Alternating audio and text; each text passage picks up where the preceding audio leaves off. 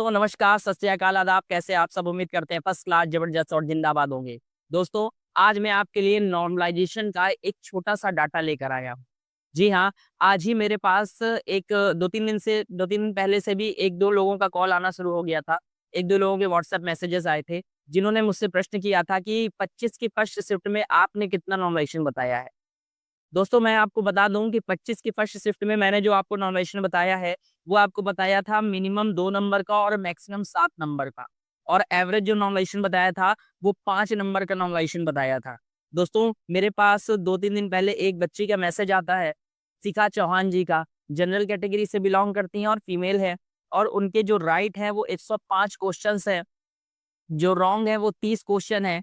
और इनकी जो शिफ्ट 25 की फर्स्ट शिफ्ट है उसमें 3 क्वेश्चन कैंसिल हुए हैं।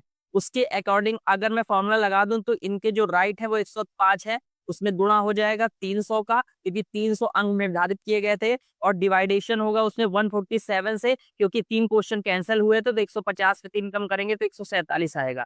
उसके अकॉर्डिंग इनके नंबर बने थे 214.28। और उसके बाद क्योंकि इनके 30 क्वेश्चन कैंसिल थे तो 15 नंबर घटा दिए गए हैं। और 15 नंबर घटाने के बाद इनके नंबर बने हैं 199.28 दोस्तों।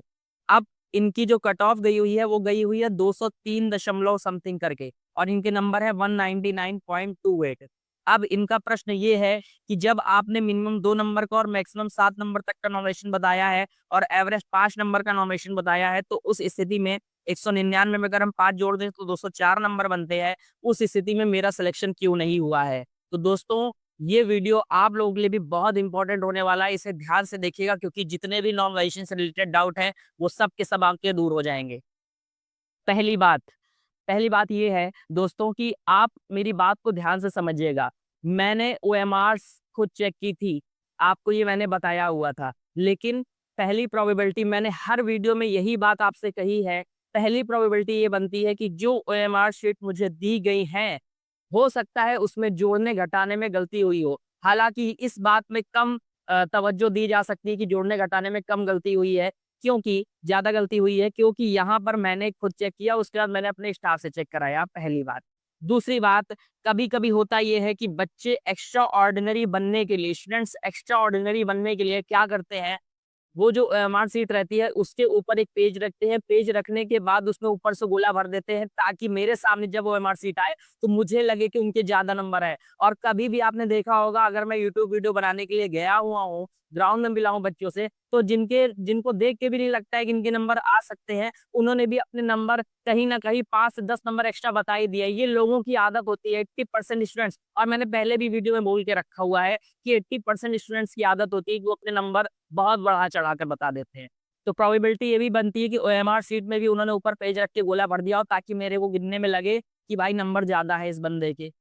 तो उस केस में अगर उन्होंने गोला भर दिया होगा, तो उस हिसाब से नॉर्मलाइजेशन जो होगा, वो कहीं न कहीं इफ़ेक्ट कर रहा होगा। यानी जो मैंने डाटा बताया होगा, हो सकता है 2 से 3 नंबर कम हुआ हो नॉर्मलाइजेशन, पहली बात।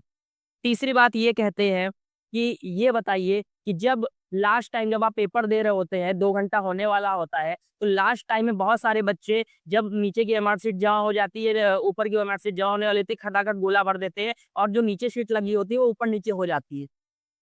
तो प्रोबेबिलिटी ये भी होती है कि अगर आपने एक गोला भी गलत भर दिया ना, तो आपके 2.5 नंबर का फ़र्क पड़ गया। अगर आपने एक गोला गलत धरा तो 2.5 नंबर का फ़र्क पड़ा। उस स्थिति में शिखा चौहान जी को चाहिए तो 5 नंबर थे, लेकिन आखिरी टाइम पे उन्होंने जो गोला भरा, जो नीचे वाली ओएमआर शीट में नहीं भर पाया, जो ओएमआर शीट में नहीं प्रिंट हो पाया, उसके अकॉर्डिंग इनको 2.5 नंबर एक्स्ट्रा की ज़रूरत थी, और 7.5 नंबर इनको चाहिए थे, और 7 नंबर तक का मैक्सिमम नॉर्मलाइजेशन मैंने बताया है, और उस कंडीशन में 7.5 नंबर ही इनको नॉर्मलाइजेशन नहीं मिल पाया होगा।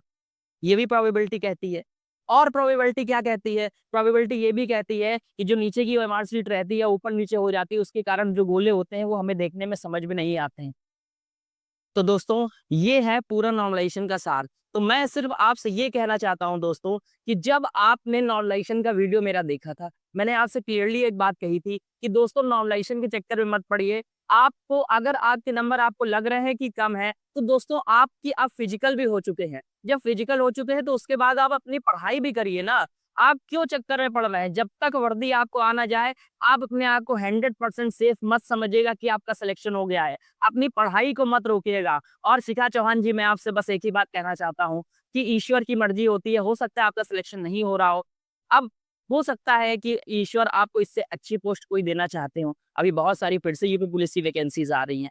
हर चीज़ की वैकेंसीज़ आ रही है, आप उसकी तैयारी करिए। और आप लोगों से भी निवेदन है कि आप लोग भी उसकी तैयारी करते रहिए, फिजिकल के साथ अपनी पढ़ाई करते रहिए। फिर एक जो इम्पोर्टेंट प्रश्न आया था, वो ये आया था कि भैया ये बता दीजिए कि क्या सबको नॉर्मलाइज़ेशन बराबर मिला है या एक्यूरेसी के अकॉर्डिंग मिला है? तो दोस्तों, मैं आपको बता दूँ कि यूट्यूब में जितने भी टीचर्स हैं, बड़े से बड़ा या छोटे से छोटा, कोई नहीं बता सकता है कि एक्यूरेसी के अकॉर्डिंग मिला है या सबको बराबर मिला है। दोस्तों, ये बात तो तभी पता चलेगी जब आयोग की तरफ से रिजल्ट आएगा। रिजल्ट आने के बाद चीज़ें बहुत सारी समझ में आएँगी कि एक्यूरेसी के अकॉर्डिंग मिला है कि सबको बराबर मिला है। क्योंकि आप इन केस मान के चलिए कि जो कट ऑफ गई है वो 203 नंबर गई है।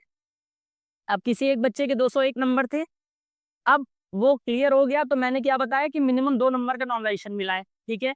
लेकिन हो सकता है वो जो 201 नंबर था उसको 6 नंबर भी मिले हों। कैसे कह सकते हैं कि 2 ही नंबर मिले हैं? तो मैंने चीख-चीख कर अपने सारे वीडियो में ये बात बताई है कि हो सकता है 2 मिला हो, लेकिन हो सकता है इससे भी ज़्यादा कम मिला हो। हो सकता है आपने ओएमआर शीट में आखिरी टाइम पे गलत गोला भर दिया हो। हो सकता है आपने सही गोला भर दिया हो। हो सकता है जो मेरे पास ओएमआर शीट आई हो, उसने ऊपर से प्रिंट करके लाए हों। तो दोस्तों कुछ भी हो सकता है और इसके लिए मैं बस आपसे यही निवेदन करता हूँ हाथ जोड़ के कि नॉर्मलाइज़ेशन के चक्कर में मत पड़िए। सिर्फ़ और सिर्फ़ अपने एग्ज़ाम की तैयारी करिए। आपका फिज़िकल हो गया है, आपका फिज़िकल क्लियर हो गया, उसके लिए बहुत-बहुत बधाइयाँ। लेकिन उसके साथ आप अपनी पढ़ाई करते रहिए, पढ़ाई जारी रखिए। जिस दिन आपके शरीर पर वर्दी आ जाए, तो लड्डू खिलाने ज़रूर आ जाइएगा। और हम बहुत ही जल्द आपके लिए एक नए वीडियो के साथ हाज़िर होंगे। तब तक के लिए नमस्कार। जय हिंद।